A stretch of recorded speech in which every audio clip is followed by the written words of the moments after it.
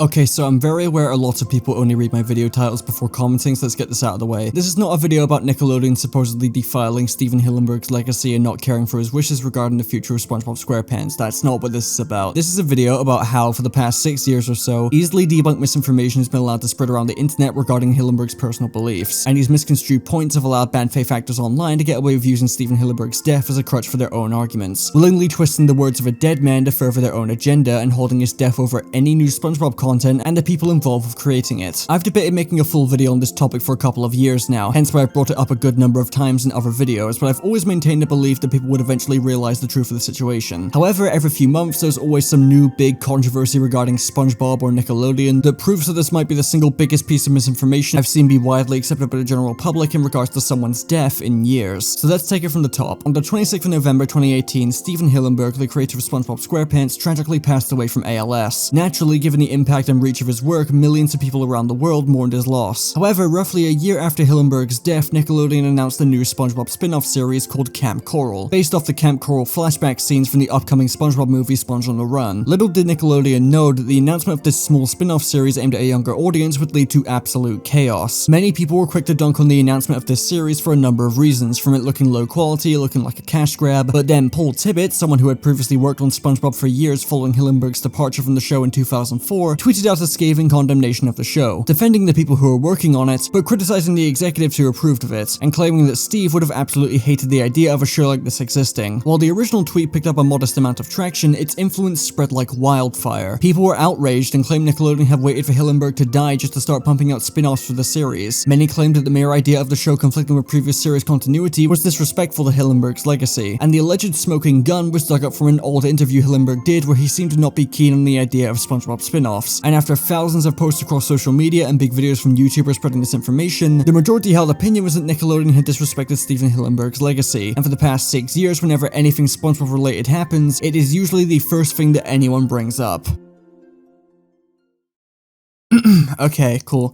Okay, so none of this is true, or well, most of it. A lot of information has been twisted around and regurgitated for years to the point where it's impossible to get a clean representation of what's actually going on if you ask the average person. So let's get into this, because frankly, I'm tired of seeing people use someone's death and twisting their words on the regular. This situation's been blown completely out of proportion, and it's a clear case of how bad an effect that games with telephone can have on the reputation of anything online. So first, let's go over the alleged smoking gun that is Stephen's stance on spin-offs. A lot of people are quick to tell you that this is proof of Steve hating the idea of spin-offs for his series. However, just from doing the smallest amount of research and actually reading the interview yourself, you'll not only realize that the interview is from 2009, which was a long time ago, but at the most he ever said was that he didn't see any SpongeBob spin-offs happening in the future. It wasn't a sweeping condemnation of the concept, it was a pretty level-headed response to a reasonable question. There was nothing about him saying he'd never make one or that he hated the idea. It's actually not much of a smoking gun at all, especially because if we're going off the logic of I don't see any spin-offs happening, somehow meaning I hate spin-offs and will never do one, then SpongeBob should have never gotten another movie past the first installment, given in this exact same interview, Steve says he has no interest in doing a sequel to the first movie. But it's pretty obvious that he changed his mind later on, given he would not only come back to work on SpongeBob during the last few years of his life, but he was directly involved in the production of the next two SpongeBob movies, Sponge Out of Water and Sponge on the Run, both of which he served as an executive producer, and for Sponge Out of Water he helped develop the film's story alongside Paul Tibbett. And what's really interesting about his involvement with Sponge on the Run is that this film essentially acts as a backdoor pilot for Camp Coral, given this is the movie that establishes the concept and also contradicts what little continuity SpongeBob actually had, which leads into the next point. Steve knew about Camp Coral and approved of it before he passed away. Paul Tibbett's original tweet has often been cited as one of the main sources for the claim that Steven would have hated Camp Coral's existence, and on the surface there aren't many reasons to not believe him, given he had worked on SpongeBob for a very long time and was close friends with Steve. However, another SpongeBob veteran and friend of Steve, Vincent Waller, has also made tweets in relation to Camp Coral and what Steve thought of it. Now, Waller's Twitter has been gone for a while now, but a lot of his tweets regarding the situation have been archived, and they paint a considerably different picture than Tibbett's. He outright confirms that Steve knew about Camp Coral for a long while, and given his work on Sponge on the Run, it's clear he had some hand in developing the concept and had total faith in Waller and the rest of the team, considering he was the one who put them in charge of SpongeBob in the first place, with Waller even stating that Steve liked what they were doing with Camp Coral. Camp Coral wasn't suddenly greenlit and developed the moment Steve dropped dead. No one at Nickelodeon was just waiting for him to pass on before they started producing spin-off shows. shows. It was a complete coincidence, and Steve himself knew, and more likely than not, approved of the show before he passed away. This is also corroborated by multiple people who were working on SpongeBob and Camp Coral, like SpongeBob board director Brian Morante, and even Tom Kenny, the voice of SpongeBob himself. No one can say for certain what Steve's actual concrete thoughts were because he's no longer with us, but given multiple people who are close to Steve and have worked on SpongeBob for years are saying the same thing, I feel more inclined to believe them than Paul Tibbett, who hasn't even worked on SpongeBob for years now, leaving the show after season 9 in 2015. I'm not trying to make Paul Tibbett look like the bad guy because he's not. No one is a villain in this scenario, and at the end of the day, he was still friends with Steve. I highly doubt he was lying or trying to spread lies about what his close friend thought about something after his death. What I am saying is that there's far more evidence to suggest that Steve approved of the series, especially when he wasn't even against spin-offs in the first place. And at the end of the day, it's been confirmed multiple times now that he was aware of the show's existence.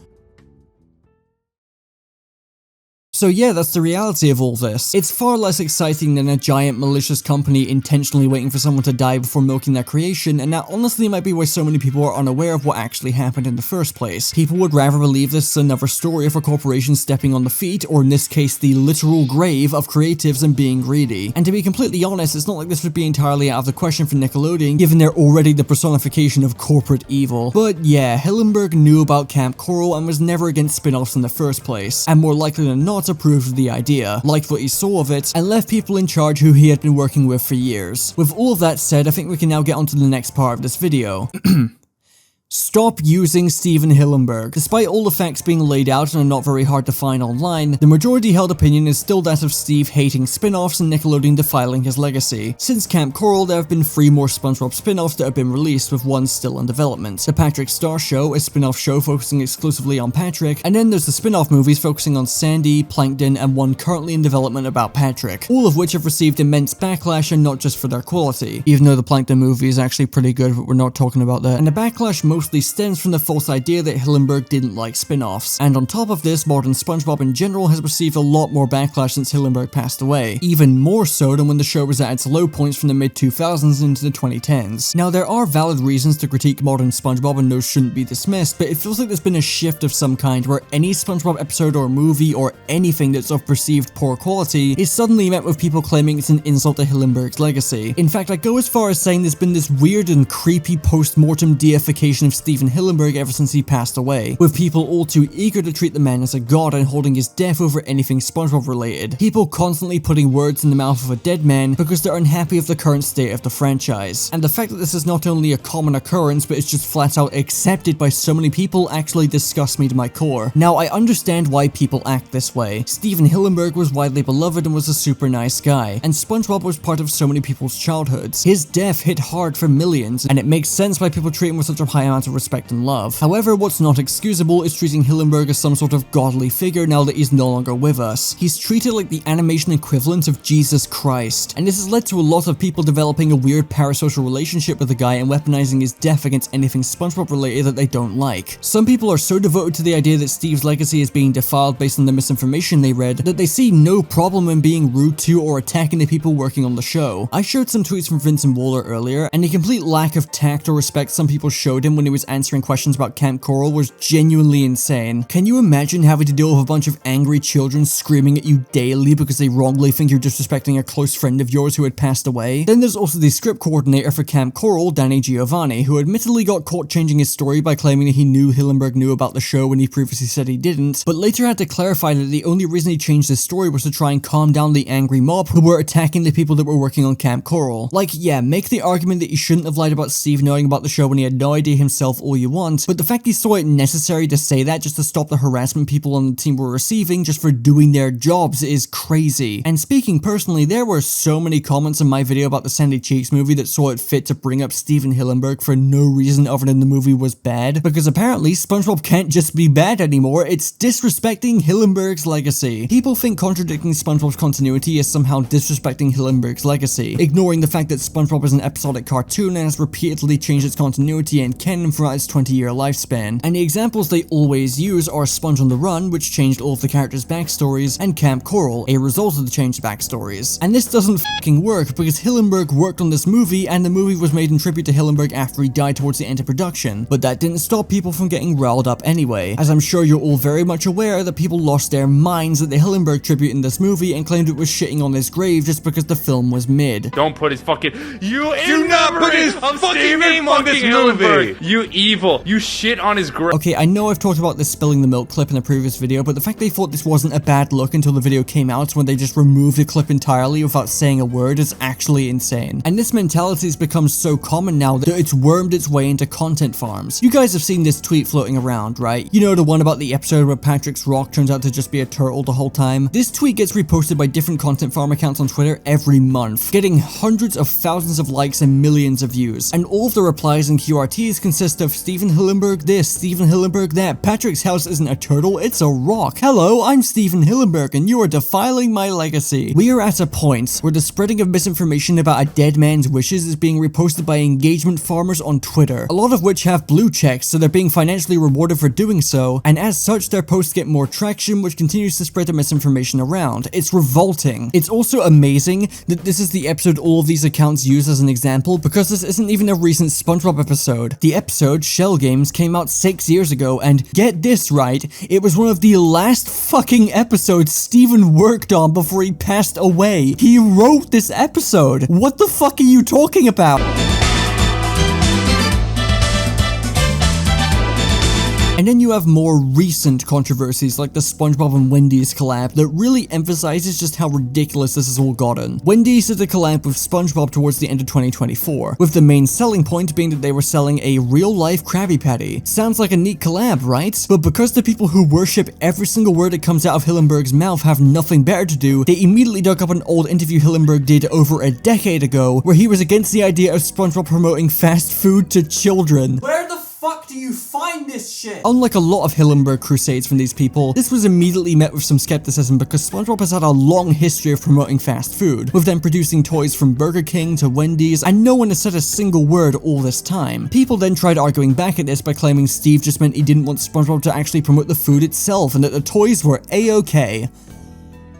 And I think this is the point where people really have to stop treating Hillenburg like a flawless god who can say nothing wrong. Stephen Hillenburg is not a god. He was a normal and flawed human being. A nice and very talented guy, but he was not perfect. It makes no difference whether SpongeBob as a brand is promoting fast food toys or directly promoting the fast food itself, because it's still promoting fast food to children. You do see this, right? Steve's statement here is a very flawed one, because while you can 100% ask a fast food place to give you a toy separately, no one is going to a fast food place just for the fucking toys. You go to a fast food place to eat the fast food. The toys are meant to be extra. This is so deeply unserious. It doesn't matter if they're sold separately, because the average child isn't going down to McDonald's, Burger King, or Wendy's and then asking their parents, "Hey dad, can I skip the food and just have the toy?" Like, that just doesn't happen. And at the very least, it doesn't happen often. What actually happens is the kids see this as a SpongeBob promotion at a fast food place, their parents get them the food, and they get the toy with it. Steve's statement about not having SpongeBob actually promoting fast food doesn't make any sense, because it's been doing that the whole time anyway with the toys. And this isn't a slight against Steve at all, he was just wrong about something. Big whoop, we're humans, it happens. People can be wrong about things. That fact doesn't suddenly change when they're dead. This whole Wendy's debacle was so unnecessary and silly. Everyone who got mad at this was clearly grasping at any straws they could to turn this into an issue. And I think this should be a wake-up call for people to stop treating Hillenburg as a god and having this insane parasocial relationship with him, where you have to uphold all of his personal beliefs and standards post-mortem, even when they don't make any sense. It is completely unrealistic to expect someone to have a job that exclusively consists of them fact-checking every little thing about Stephen Hillenburg and everything he ever said throughout his entire life, when it literally doesn't even matter. The way so many people treat the death of Stephen Hillenburg is disgusting to me. I cannot imagine having the gall to parade his death around as a crutch for flawed and nitpicky arguments, and claiming that anything SpongeBob related you don't like is an insult to him and his legacy, while completely lacking the self-awareness to realize you were the one disrespecting him with this performative bullshit. There are going to be people who really don't like this as being pointed out to them. Heck, even from the brief times I brought up this topic, I've gotten some genuinely unhinged responses from people. I had someone on Twitter tag me in a massive thread this one time about all this, and their entire argument relied on writing this depraved fanfiction about Stephen Hillenburg being unable to communicate due to ALS, and being forced to watch and sit in silence as Camp Coral and other spin-offs were greenlit. Not only is this just blatantly debunked if you do any amount of research showing Steve kept going into work in good spirits even after he was diagnosed and could still properly communicate, even though talking was obviously becoming more difficult. The fact that people would rather write fanfiction depicting Steve in some I have no mouth and I must scream shit and admit that they were wrong,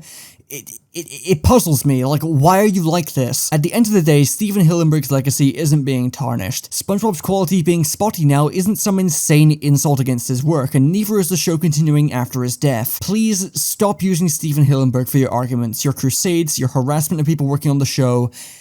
Just stop. And you're choking up because you could never